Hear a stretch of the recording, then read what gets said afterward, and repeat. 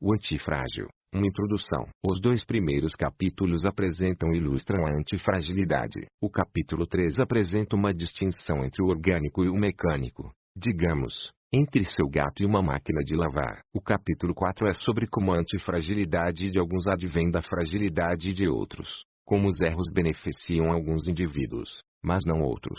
O tipo de coisa que as pessoas tendem a chamar de evolução e sobre a qual escrevem bastante. Capítulo 1. Entre Damocles e Hidra. Por favor, cortem minha cabeça. Como, por alguma magia, as cores se tornam cores. Como levantar peso em Dubai. Metade da vida não tem nome. Você está nos correios para enviar um presente. Um pacote cheio de taças de champanhe. A um primo que mora na Sibéria. Como o pacote pode ser danificado durante o transporte? Você carimba é frágil, quebrável e manusear com cuidado nele, com tinta vermelha. Agora, qual é o extremo oposto dessa situação? O extremo oposto de frágil. Quase todas as pessoas respondem forte, resiliente, sólido ou algo do tipo. Mas resiliente, robusto e companhia são itens que não quebram nem se aprimoram. Portanto, não seria necessário escrever nada sobre eles. Você já viu algum pacote com a palavra robusto estampada em grossas letras verdes sobre ele? É claro que o extremo oposto de uma embalagem frágil seria um pacote no qual estivesse escrito por favor, manipule incorretamente ou manuseie sem cuidado. Seu conteúdo não seria apenas inquebrável, mas se beneficiaria dos impactos e de vários tipos de trauma. O frágil é o pacote que sairia, na melhor das hipóteses, ileso.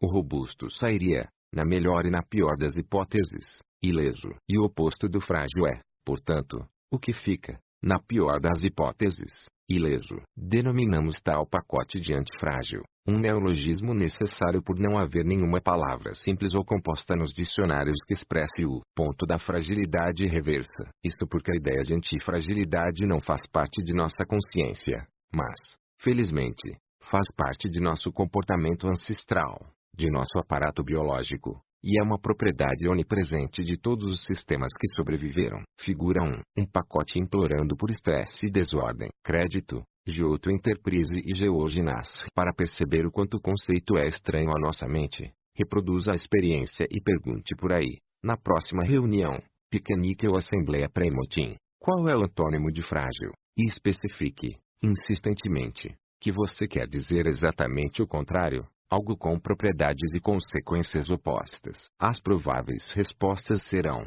além de robusto, inquebrável, sólido, bem construído, resiliente, forte, algo à prova de alguma coisa. Digamos, a prova d'água, a prova de vento, a prova de ferrugem, a menos que eles tenham ouvido falar deste livro. Mas estarão errados, e não são apenas os indivíduos, mas ramos de conhecimento que ficam confusos com o conceito. Este é um erro cometido em todos os dicionários de sinônimos e antônimos que encontrei. Outra maneira de entendê-lo, uma vez que o oposto de positivo é negativo, e não neutro, o oposto da fragilidade positiva deveria ser a fragilidade negativa, daí a minha denominação antifragilidade, e não neutra, que apenas transmitiria a robustez, a força e a inquebrantabilidade. De fato, quando se escrevem as coisas matematicamente, antifragilidade é a fragilidade com um sinal negativo à frente. Esse ponto cego parece universal. Não é uma palavra para antifragilidade nas principais línguas conhecidas, modernas, antigas, coloquiais ou em gírias. Até mesmo o russo, a versão soviética, e o inglês padrão do Brooklyn não parecem ter uma designação para antifragilidade. Confundindo-a com robustez. Não temos um nome para a metade da vida. A metade interessante da vida. Por favor, cortem minha cabeça. Se não temos um nome comum para antifragilidade, podemos encontrar uma equivalência mitológica, a expressão de inteligência histórica através de fortes metáforas. Em uma versão de um mito grego reciclado pelos romanos, o tirano siciliano Dionísio II faz com que o adulador cortesão Damocles desfrute do luxo de um grande banquete, mas com uma espada pendurada sobre sua cabeça, amarrada ao teto com um único fio de cabelo da cauda de um cavalo. Um fio de cabelo de um cavalo é o tipo de coisa que acaba se rompendo sob pressão, seguindo-se de uma cena de sangue, gritos estridentes e equivalente às antigas ambulâncias. Damocles é frágil. É apenas uma questão de tempo até que a espada o atinja. Em outra lenda antiga, dessa vez, a reciclagem grega de uma antiga lenda semita e egípcia encontramos Fênix, O pássaro com cores esplêndidas, sempre que é destruída, ela renasce das próprias cinzas, retornando a seu estado inicial. A fênix vem a ser o antigo símbolo de Beirute, a cidade onde cresci. Segundo a lenda, Beritus, o nome histórico de Beirute, havia sido destruída 7 vezes quando estava quase completando 5.000 anos, e renasceu 7 vezes. A história parece convincente, pois eu mesmo testemunhei o 8º episódio. O centro de Beirute, a parte antiga da cidade, foi completamente destruído pela 8ª vez durante o fim da minha infância, graças à brutal guerra civil. Também presenciei sua 8ª reconstrução. Mas Beirute foi, em sua versão mais recente, reconstruída de forma ainda melhor do que a anterior, e com uma ironia interessante. O terremoto de 551 a.C. havia enterrado a escola romana de direito, que foi descoberta, como um bônus da história, durante a reconstrução, com arqueólogos e incorporadores, trocando insultos públicos. Isso não é fênix, mas algo além do robusto, o que nos leva à terceira metáfora mitológica, Hidra. Hidra, na mitologia grega, é uma criatura similar a uma serpente que habita o lago de Lerna, perto de Argos, e tem inúmeras cabeças. Cada vez que uma delas é cortada, 2 voltam a crescer. Assim, ela aprecia o dano. A hidra representa a antifragilidade. A espada de Damocles exprime o efeito colateral do poder e do sucesso. Não se pode subir ao poder e governar sem enfrentar perigo contínuo. Alguém trabalhará ativamente para derrubá-lo. E, assim como a espada, o perigo será silencioso, inexorável e descontínuo. Ele cairá abruptamente após longos períodos de silêncio. Talvez no exato momento em que já se esteja acostumado com ele e já se tenha esquecido de sua existência. Os cisnes negros estarão lá para atingi-lo, pois agora você tem muito mais a perder. Um custo pelo êxito, e pelo crescimento, talvez uma penalidade inevitável pelo sucesso em demasia. No fim, o que importa é a força da corda, não a riqueza e a pompa do jantar. Mas, felizmente, essa é uma vulnerabilidade identificável, mensurável e irremediável. Para quem quiser ouvir, toda a razão de ser da tríade aqui. Em muitas situações, podemos mensurar a força da corda. Além disso, reflita sobre como esse crescimento seguido por uma queda pode ser nocivo para a sociedade, já que a queda do convidado do jantar,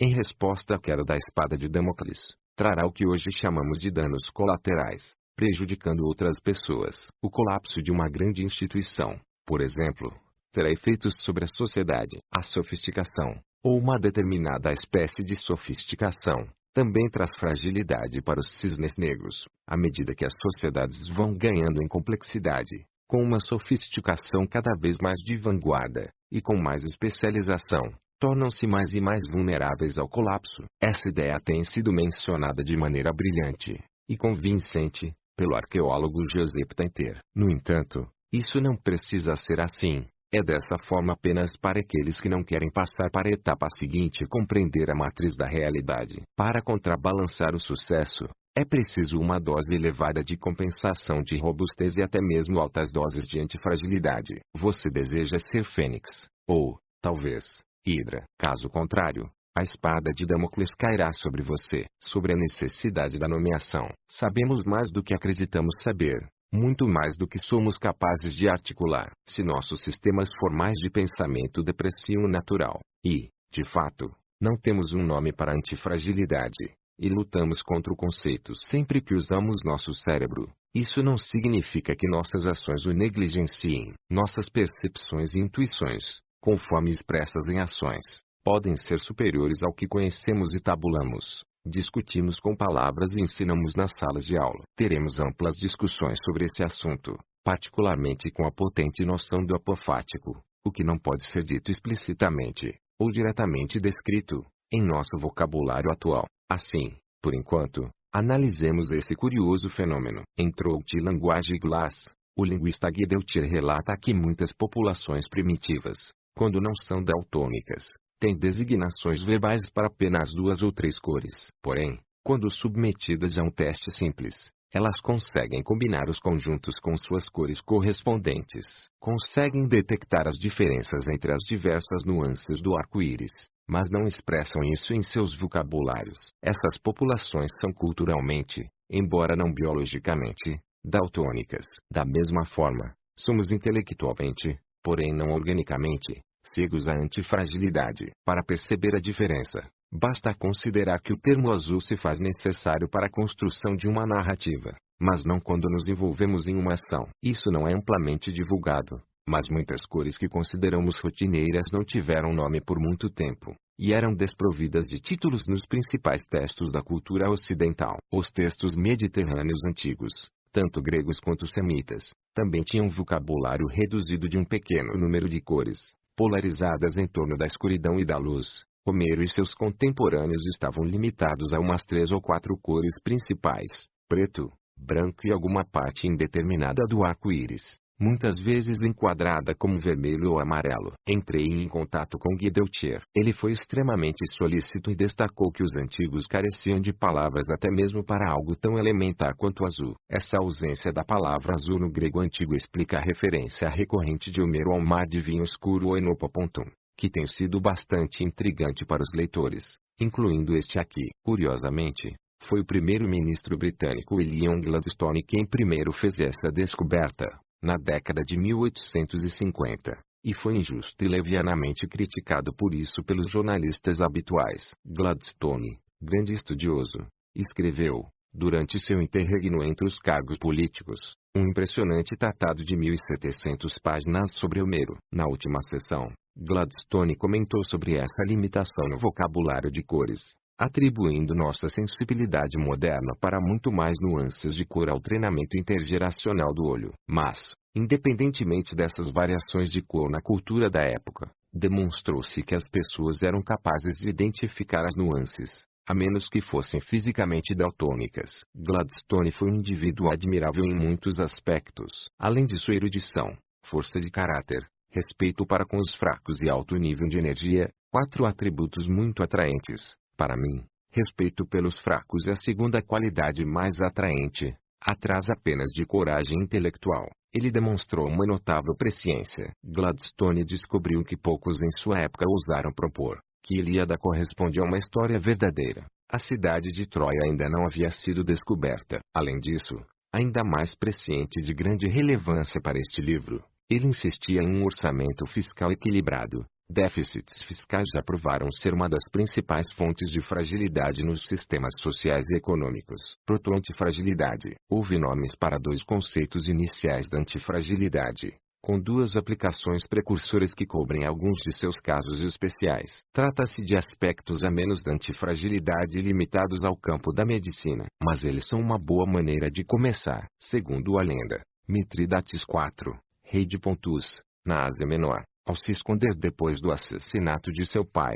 conseguiu algum tipo de proteção contra envenenamento ao ingerir doses subletais de material tóxico, em quantidades cada vez maiores. Mais tarde, ele incorporou o processo em um complicado ritual religioso. Mas essa imunidade trouxe problemas para ele um pouco mais tarde, já que sua tentativa de suicidar-se por envenenamento falhou, tendo se fortificado contra as drogas dos outros. Então, ele teve de solicitar os serviços de um comandante militar para que lhe golpeasse com uma espada. O método chamado Antidotum Mithridatium, celebrado por Celso, renomado médico do mundo antigo, parecia ser popular em Roma, uma vez que, cerca de um século mais tarde, dificultou as tentativas do imperador Nero de cometer matricídio. Nero estava obcecado com a ideia de matar sua mãe, Agripina, que, para tornar as coisas mais interessantes, era irmã de Calígula, e, para melhorar, era a suposta amante do filósofo Sêneca, sobre quem falaremos mais tarde. Porém,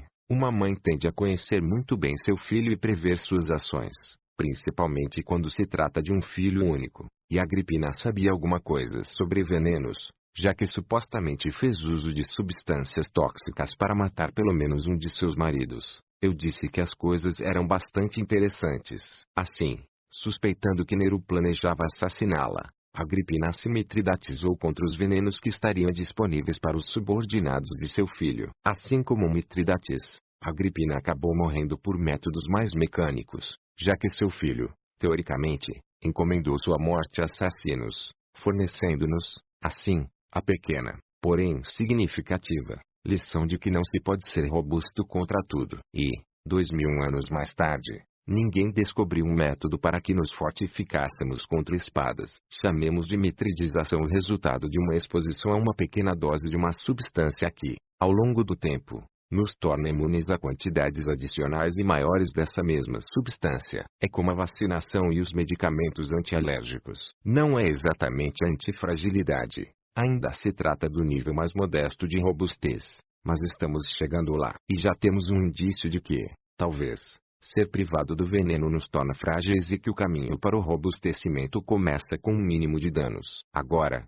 considere que a substância venenosa, em alguma dose, o torna melhor de maneira geral, um passo além da robustez. Hormese, palavra cunhada por farmacologistas, remete ao momento em que uma pequena dose de uma substância nociva é realmente benéfica ao organismo, agindo como medicamento. Uma pequena quantidade de uma substância que, do contrário, seria ofensiva, mas não muito elevada, age para beneficiar o organismo e torná-lo melhor de maneira geral, pois provoca alguma reação extremada. Na época, isso não foi interpretado no sentido de benefícios com os danos tanto quanto o dano é dose dependente ou um medicamento é dose dependente. O interesse dos cientistas tem sido a não linearidade da resposta à dose. A hormese era bem conhecida pelos antigos, e, tal como a cor azul, também era conhecida, mas não expressa em palavras. No entanto, foi apenas em 1888 que recebeu sua primeira descrição científica, embora ainda não recebesse um nome,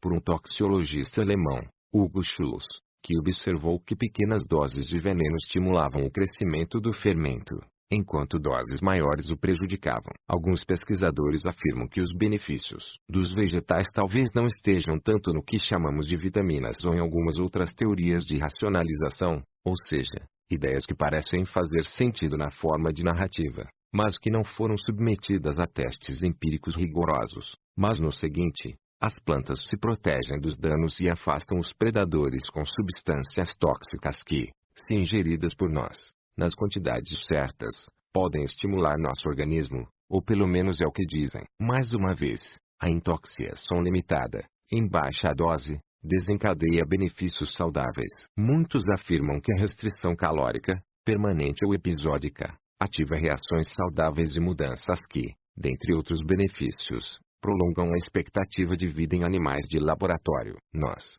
humanos, vivemos tempo demais para que os pesquisadores testem se essa restrição aumenta a nossa expectativa de vida. Se a hipótese for verdadeira, os sujeitos do teste viveriam por mais tempo que os pesquisadores. Mas parece que essa restrição faz com que os seres humanos fiquem mais saudáveis, e também pode melhorar seu senso de humor. No entanto, a partir do momento em que a abundância traria efeito contrário, a restrição calórica episódica também pode ser interpretada da seguinte forma: muita comida regularmente é ruim para você, e privar os seres humanos do agente estressor da fome pode fazê-los viver menos do que seu potencial completo. Por isso, tudo que a hormese parece fazer é restabelecer a dosagem natural dos alimentos e da fome em seres humanos. Em outras palavras, a hormese é a norma, e sua ausência é o que nos prejudica. A hormese perdeu parte do respeito científico, interesse e prática após a década de 1930, porque algumas pessoas a associaram,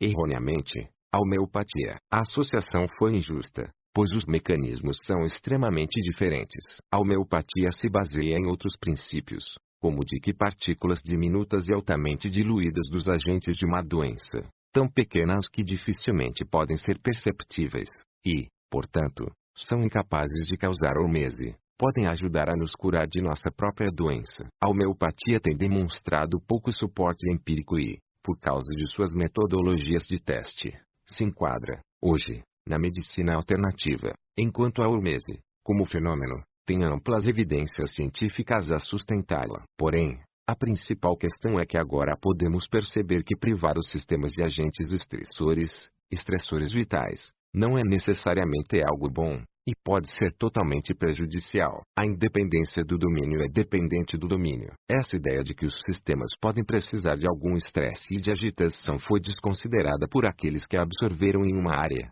e não em outras. Assim, agora podemos visualizar também a dependência do domínio de nossa mente, um domínio sendo uma área ou categoria de atividade. Algumas pessoas podem compreender uma ideia em um domínio, como a medicina, e não reconhecê-la em outro, como a vida socioeconômica. Ou eles a aprendem na sala de aula, mas não na estrutura mais complicada do mundo real. Os seres humanos, de alguma forma, não conseguem reconhecer as situações fora dos contextos em que costumam aprender sobre elas. Viu um exemplo da dependência do domínio na entrada da garagem de um hotel na pseudo-cidade de Dubai. Um sujeito que parecia um banqueiro tinha ao seu lado um porteiro uniformizado carregando sua bagagem. Sou capaz de dizer imediatamente se alguém pertence a determinada espécie de banqueiro com pistas mínimas, já que tenho alergia a banqueiros, afetando, até mesmo, minha respiração. Cerca de 15 minutos depois, vi o banqueiro levantando pesos na academia de ginástica, tentando reproduzir exercícios naturais utilizando kettlebells russos como se estivesse balançando uma mala. A dependência do domínio é generalizada. Além disso,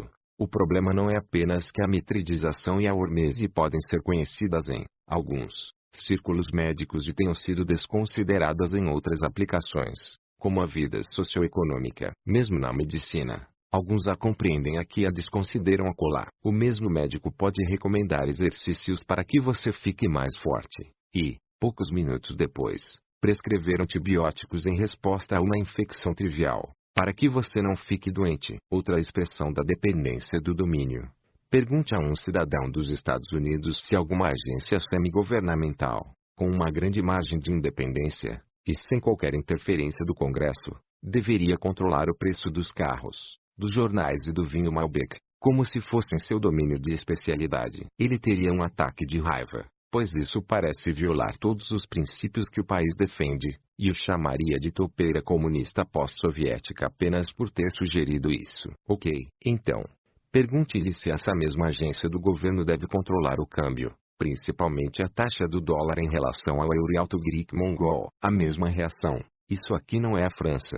Ele responderia. Em seguida, com muita delicadeza, informe que o Federal Reserve está empenhado em controlar e gerenciar o preço de outro bem, um outro preço, chamado de taxa de cedência de liquidez, a taxa de juros da economia, e ele tem se revelado bom nisso. O libertário candidato presidencial Ron Paul foi chamado de cêntrico por sugerir a abolição do Federal Reserve, ou, até mesmo, a restrição de seu papel. Mas ele também teria sido chamado de cêntrico ao sugerir a criação de uma agência para controlar outros preços. Imagine alguém com talento para aprender idiomas, mas incapaz de transferir os conceitos de um para outro, de maneira que precisasse reaprender as palavras cadeira ou amor ou torta de maçã sempre que adquirisse um novo idioma. Ele não reconheceria house em inglês, ou casa em espanhol, ou beat semita. De certa forma, todos nós estamos similarmente deficitários, incapazes de reconhecer a mesma ideia quando é apresentada em um contexto diferente. É como se estivéssemos condenados a ser enganados pela parte mais superficial das coisas,